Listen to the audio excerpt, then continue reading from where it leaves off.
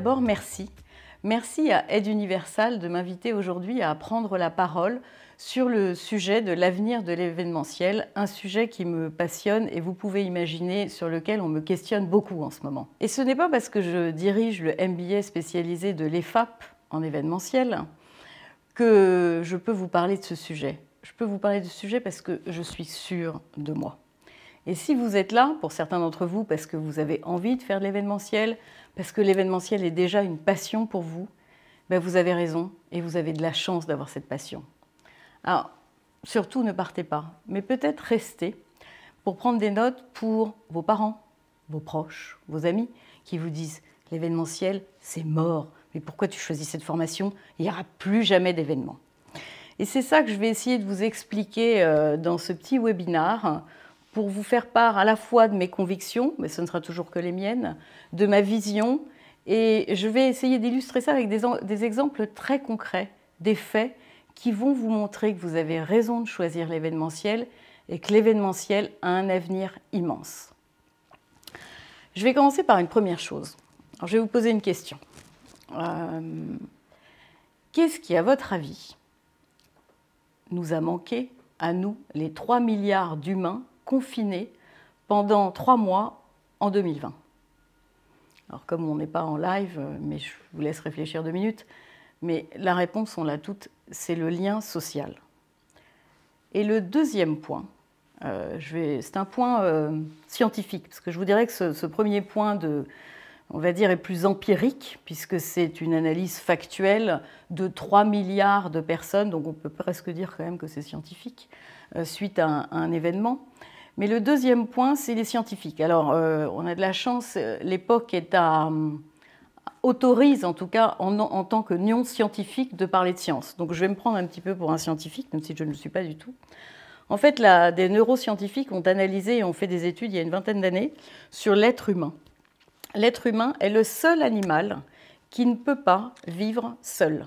Ils ont fait des études en utilisant des êtres humains qu'on avait pu retrouver dans des forêts, comme vous savez, comme ça arrive, qui restent seuls 2, 3, 4 ans. Qu'est-ce qui arrive sur ces personnes-là?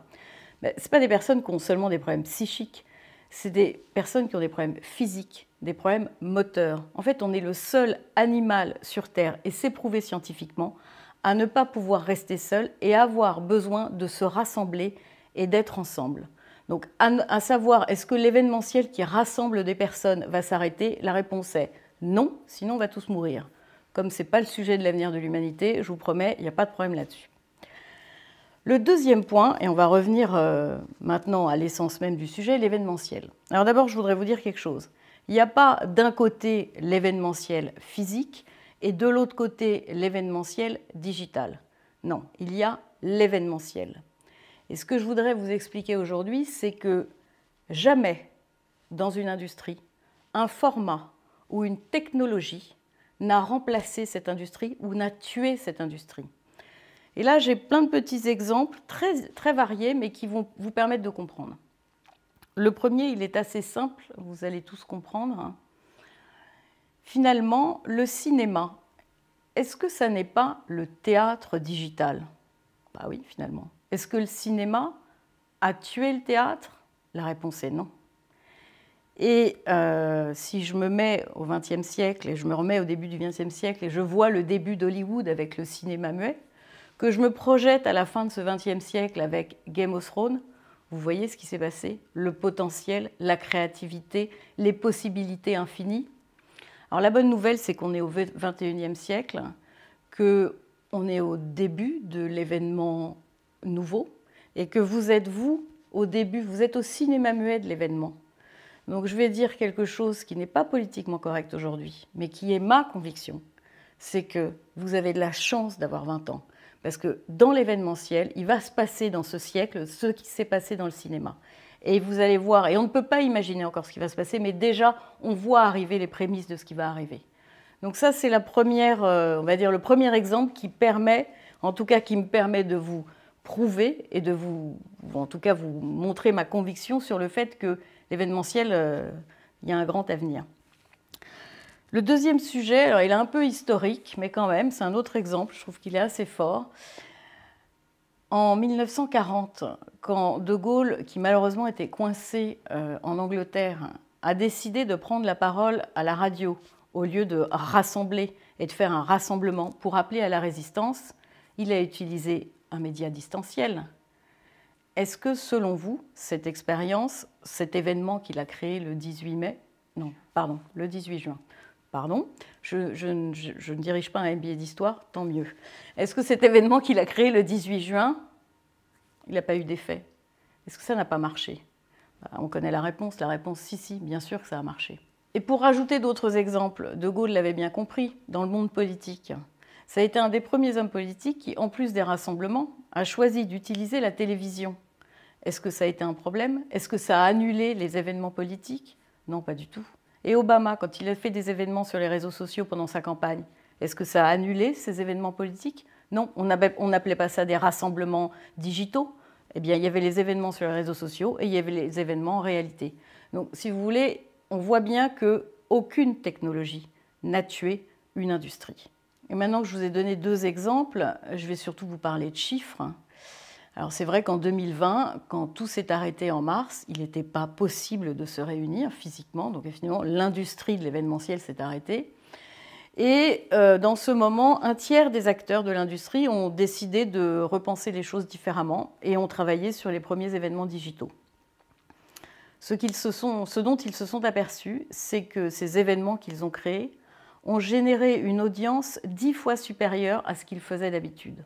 Donc, ça n'a pas tué ce qu'ils faisaient d'habitude, ça l'a enrichi. Encore un autre exemple, parce que c'est important de donner des exemples, parce qu'il y a comme ça que vous comprendrez.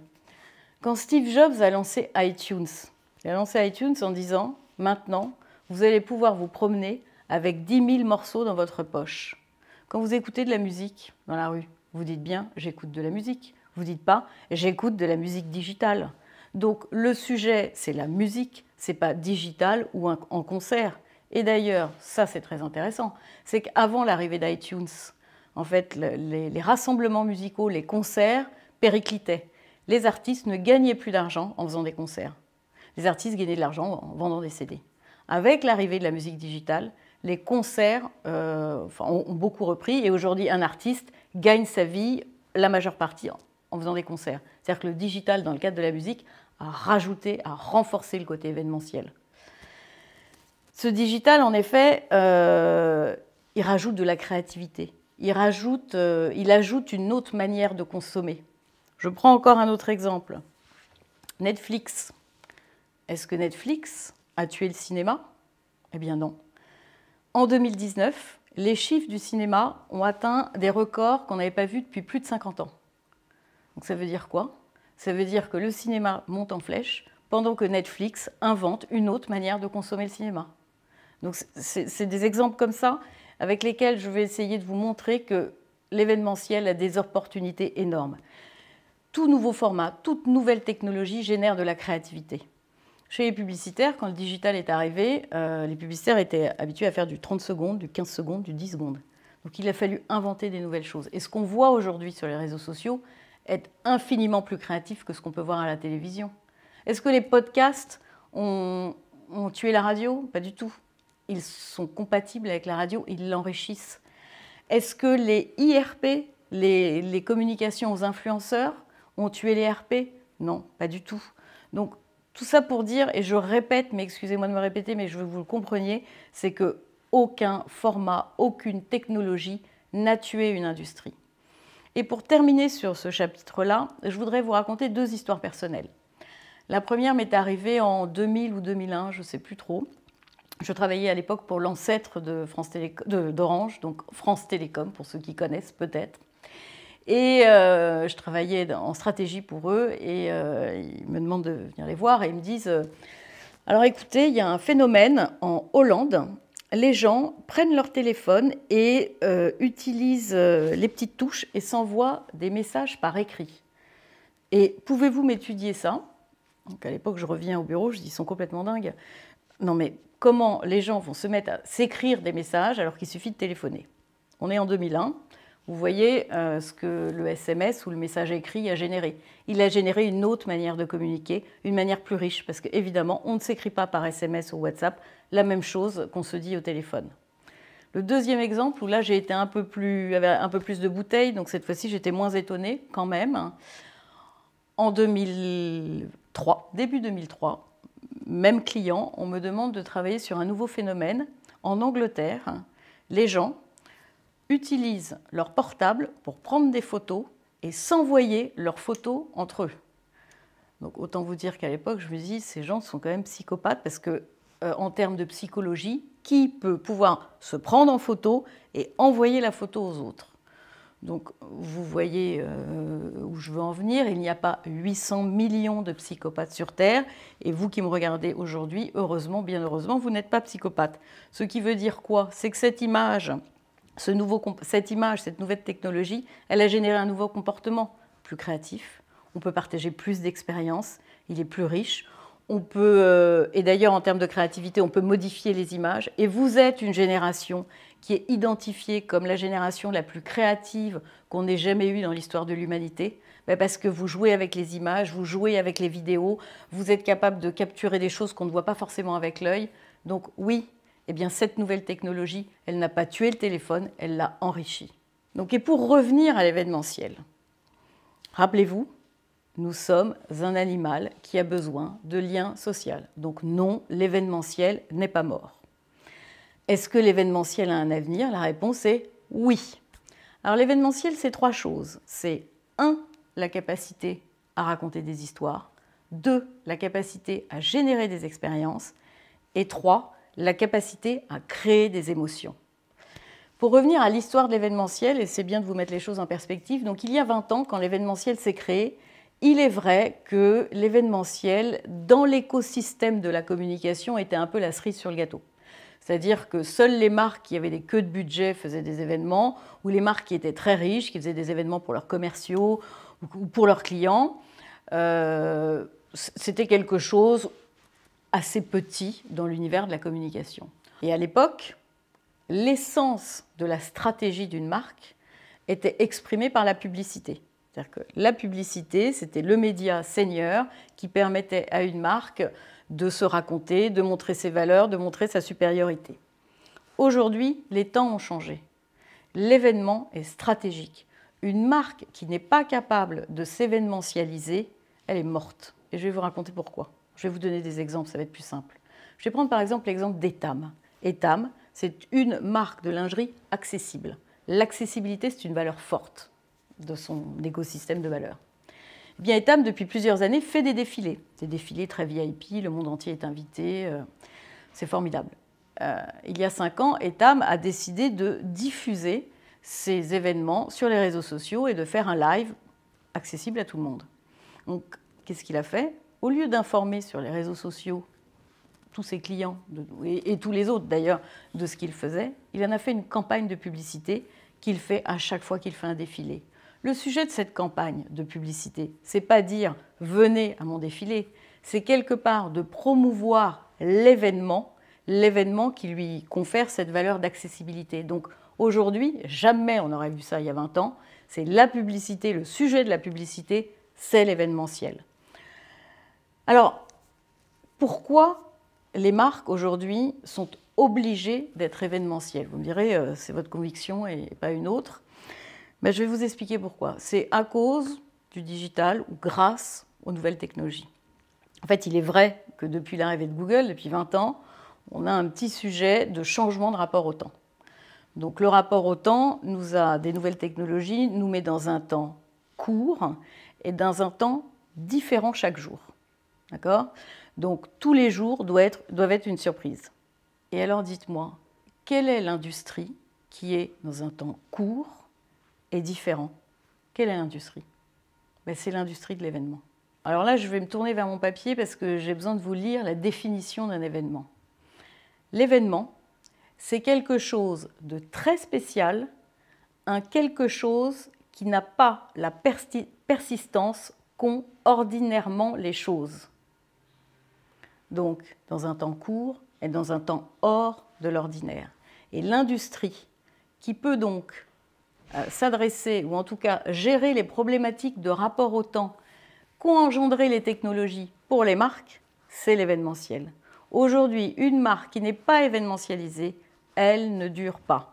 Et d'ailleurs, vous voyez même pour certaines marques, c'est au cœur de leur stratégie. Ce n'est plus le sujet de la communication seulement, c'est au cœur de la stratégie produit. Coca lance une bouteille personnalisable pour vous créer un événement. C'est votre bouteille, vous qui vous appelez Sophie, Laurent, Olivier. Et Evian fait la même chose. Quand Nike lance des produits sur mesure, c'est qu'il lance des produits événementiels. Je ne vais pas tous les citer. L'ultime étant Suprême, qui lui organise des fêtes sur des parkings pour vendre des t-shirts à 1000 balles que tout le monde s'empresse d'avoir. Donc on est dans un temps court, hors de l'ordinaire. C'est de l'événementiel. Donc si vous prenez l'événementiel comme une vraie stratégie et comme un sujet de stratégie de marque, vous comprenez qu'il n'y a que l'événementiel qui peut soutenir les marques aujourd'hui. Je donne d'autres exemples. Le concours, c'est de l'événementiel. Donc, il y a 20 ans, il n'y avait pas de concours. Il y avait quelques concours dans la presse. Aujourd'hui, toutes les marques font des concours tout le temps en disant « à cette date, il va se passer, rejoignez-moi ». C'est un événement, un temps court, hors de l'ordinaire. Des food trucks. Les marques alimentaires font des food trucks. Ça n'existait pas il y a 10 ans. Il y a des marques alimentaires qui ont décidé de mettre tout leur budget en communication en food truck tout au long de l'année pour animer la marque. Le pop-up store. Je vais développer plus loin le pop-up store. Et regardons les pure players du digital, des marques qui font des centaines de millions d'euros en digital. Qu'est-ce qu'elles font? Elles ouvrent des pop-up stores, elles vont dans la vraie vie. Amazon, il a ouvert des magasins. Pourquoi il ouvre des magasins alors qu'il fait des centaines de millions sur Internet? Parce qu'il y a besoin, à un moment, d'événementialiser. Il y a besoin de se rassembler. Une marque que vous connaissez peut-être, Louis et Tu, pour les filles, c'est une marque de bijoux. C'est un pure player du digital. C'est une marque qui s'est lancée que dans le digital. Mais qu'est-ce qu'elle a ouvert? Elle a ouvert des bars à bijoux. Donc elle aussi, elle a besoin de créer l'événement, soit en digital, soit dans la vraie vie. Et l'histoire des bars à bijoux, je la raconte parce que bien sûr qu'ils ont tous besoin de vraie vie. Alors, pour revenir au retail, je voulais faire un petit chapitre là-dessus parce que, évidemment, tout le monde vous dit « le retail est mort ». Non. En fait, le retail est en train d'être remplacé par ce qu'on appelle le retail événementiel.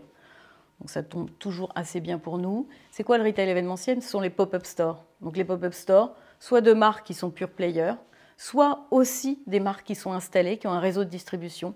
Hermès fait des pop-up stores, Habitat fait des pop-up stores, Kiabi fait des pop-up stores. Et les chiffres le démontrent aujourd'hui, c'est que quand une marque fait un pop-up store, qu'est-ce qu'elle fait? Un événement, c'est du temps court et c'est hors de l'ordinaire. Excusez-moi de me répéter, mais c'est important pour que vous compreniez. Et quand une marque fait un pop-up store, eh bien, on voit des centaines de mille de visiteurs en e-commerce. Donc, elle augmente ses chiffres en e-commerce et elle augmente aussi ses chiffres dans son retail traditionnel. Sur le retail, deuxième point, pour celles qui ne font pas de pop-up store, elles ont des réseaux classiques à animer. Évidemment, si H&M reste toujours des magasins avec des étagères blanches où il y a des pulls blancs et des pulls noirs, autant que vous restiez chez vous et les commander sur Internet, ce sera plus facile. Et c'est bien l'enjeu du retail dans sa majorité, et 100% du retail est en train de réfléchir, qu'est-ce que je fais de ces points de vente, comment je les anime, comment j'en fais des endroits où il y a des événements pour que les gens viennent. Aujourd'hui, H&M est en train de réfléchir, a déjà mis en place 4 concept stores à Madrid, Uppsala, Londres, je crois, où il y a en permanence des animations, des concerts, des goûters et toute autre histoire qui font que les personnes vont venir. Et le sujet, c'est comment événementialiser leur point de vente. Vuitton a ouvert la semaine dernière un café. Voilà, après, c'est un événement comme un autre, mais c'est une manière de créer des différences qui se passent tous les jours dans le retail. Donc aujourd'hui, pour revenir à l'event, ça explose partout. En agence, je vois bien que c'est un métier qui booste. On trouve des services événementiels chez les clients, ça n'existait pas avant. On trouve des services événementiels dans les hôtels, dans des lieux. Il y a des lieux qui se créent juste pour faire des événements. On trouve des services événementiels dans les institutions. Enfin, ils ont créé les journées du patrimoine. Mais pourquoi? Parce que plus personne n'allait visiter ces endroits. Et en créant, je rappelle, un temps court hors de l'ordinaire, donc un événement, les journées du patrimoine, vous avez vu ce que ça fait des centaines de mille de gens qui font la queue. Donc l'événementiel, c'est ce qui réveille et c'est ce dont les gens ont besoin aujourd'hui. Je dirais même un dernier exemple qui est peut-être anecdotique pour ceux qui me regardent, mais le wedding planning. Donc autant vous dire que je ne fais pas ce métier pour faire des cours de wedding planner. Sauf que je vois un marché en explosion et le wedding planning, c'est organiser des mariages, des anniversaires, des communions, toutes autres sortes d'événements. Eh bien, j'ai à l'EFAP rajouté un module de Wedding Planner qui est plébiscité par tous, même ceux qui ne veulent pas faire ce métier, pour comprendre que même dans le marché grand public, le sujet de l'événementiel est au cœur des préoccupations. Donc j'espère qu'avec ces quelques exemples, vous avez pu un peu comprendre mes premières convictions. Et je vais conclure maintenant. Ce qui va se passer dans le futur, puisque c'est ça que vous me posez comme question, et c'est ça qu'on me pose comme question tous les jours. Est-ce que l'événementiel est mort? Je vous ai répondu non. Ce qui va se passer dans le futur, alors j'ai deux réponses. La première, elle va moins vous plaire, c'est je ne sais pas. Parce que sinon, je ferai un autre métier. Voilà, c'est des consultations assez cher payées de l'heure, mais ça, je ne peux pas vous dire. En revanche, la deuxième, c'est que je sais que les possibilités de l'événementiel vont être énormes dans le futur.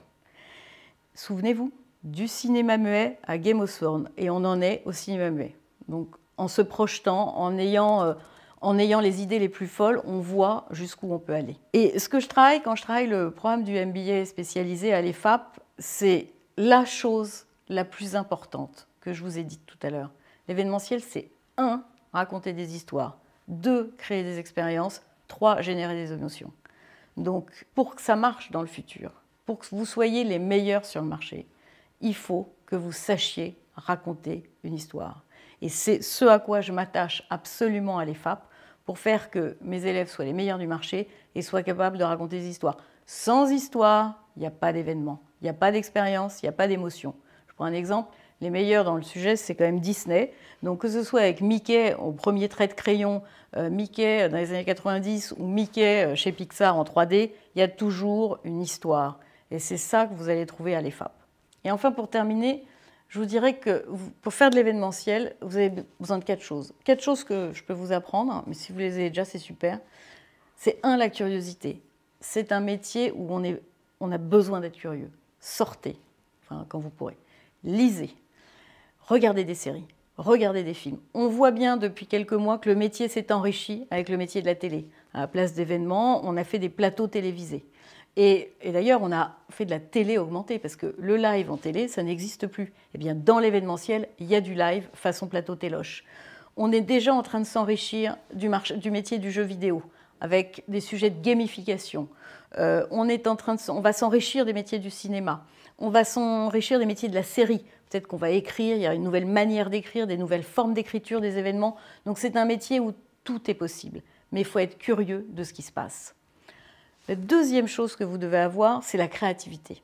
Alors cette créativité, elle peut être partout. Et elle doit être partout. Créativité dans la manière de raconter les histoires, dans la manière d'inventer le plan d'activation, dans la manière d'inventer l'événement. Alors vous me direz, ah ben moi je ne suis pas artiste, je ne vais pas être créatif. Je vais vous donner un exemple. Raffarin, qui était Premier ministre de la France, enfin, qui a été un Premier ministre de la France, un jour on lui posait cette question, qu'est-ce que vous demandez à vos ministres?